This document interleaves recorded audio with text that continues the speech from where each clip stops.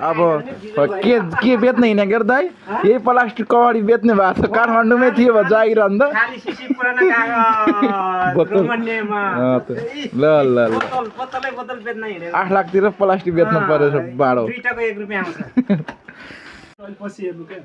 छुट्टी त 3 दिन हो यता त यत्रो माल आयो यता खाली भएको माल रेडी छ यसरी त ऋण त 2 वर्ष तिरिन्न है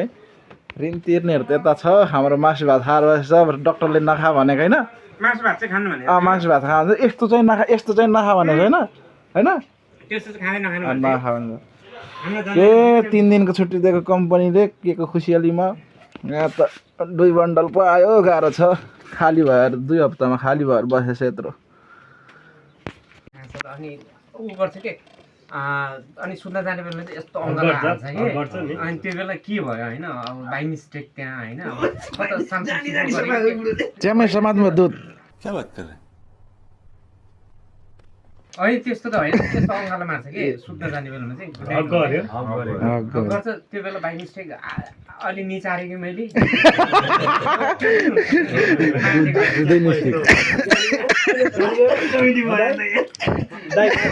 कम्प्लेन भयो नि ठुलो त्यहाँबाट पनि छोडेको त्यही भएर तपाईँ रौनिया भाग्नु भएको यार त्यसपछि रक्सी छोडेको अरे के लामदाइले दुधै निस्केपछि त छोड्नु कम्प्लेन गरिदियो हाम्रो समस्याले छोड्ने सबै त्यो जटिलाई त्यसले डिलेन छन् है यहाँ 26 रुपियाँ ओ ड्याम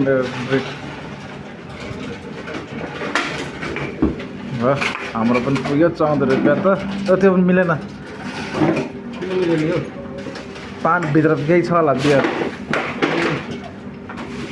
गयो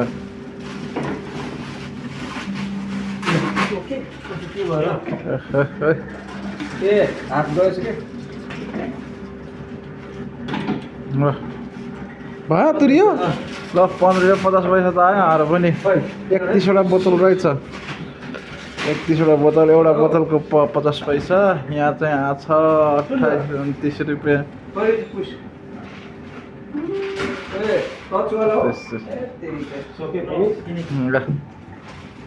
आयो अब त्यो रिसिप्ट लियो गयो अब पैसा लिने त्यो रसिद लिनु गयो